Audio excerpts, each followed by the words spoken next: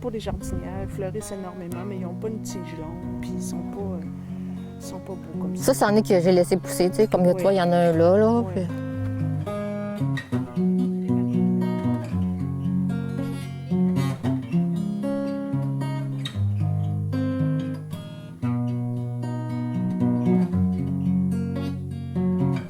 Le jardin existe depuis 2009 grâce à une subvention qu'un organisme en autonomie alimentaire a eue, la Petite Bourse des Frontières.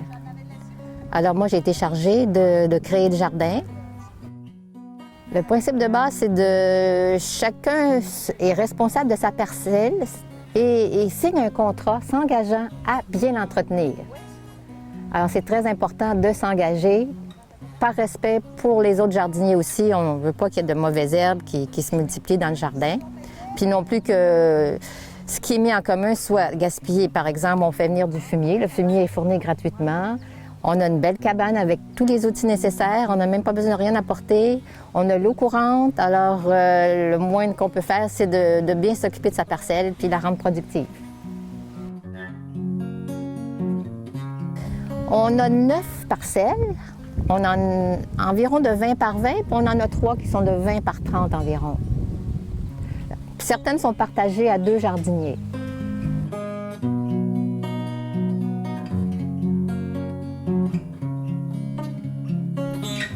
Le travail de la terre qui se fait en commun souvent, si on n'est pas capable de passer le rotoculteur, bien, les autres peuvent nous aider.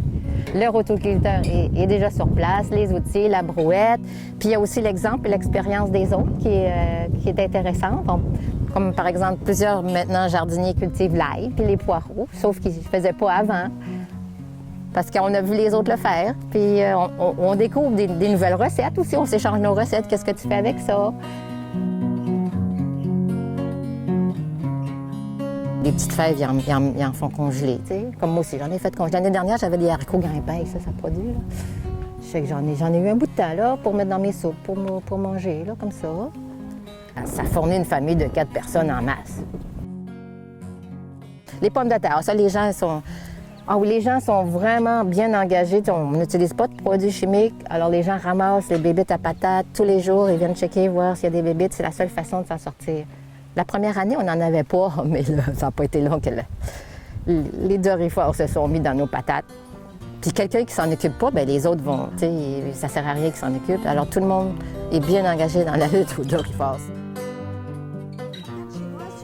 Ah, c'est de la lanterne chinoise. Ah, OK. Je sais plus lequel est lequel. J'ai 3 sortes de graines, j'ai planté tout les petits plants. OK. Ça, c'est la cerise de terre. Alors, les autres, c'est le trempe, le physalis et la lanterne. Oh, ça va être joli. As-tu vu le brocoli? Mais la lanterne chinoise, c'est très bon, hein? Oui? Ah, je sais pas, je connais pas ça. Ah oui? Très, très Ah, bon. wow! Mais c'est un physalis. Oh, wow! Tu as vu le gros brocoli? Oui, hein? C'est un physalis aussi, la lanterne chinoise. Ah oui?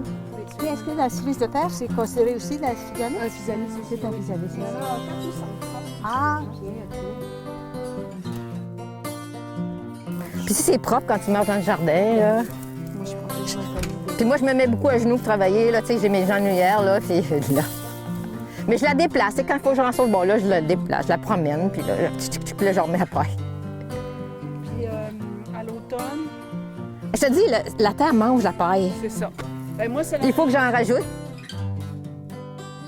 Puis tu vois, la terre, là, tu sais, elle garde son humidité. Bien là, celle-là est fraîche. Là, comme...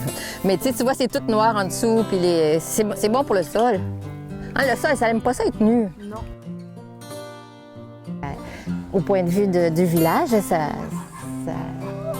augmente la beauté du village et puis la qualité de vie des citoyens de Rivière-Bleue.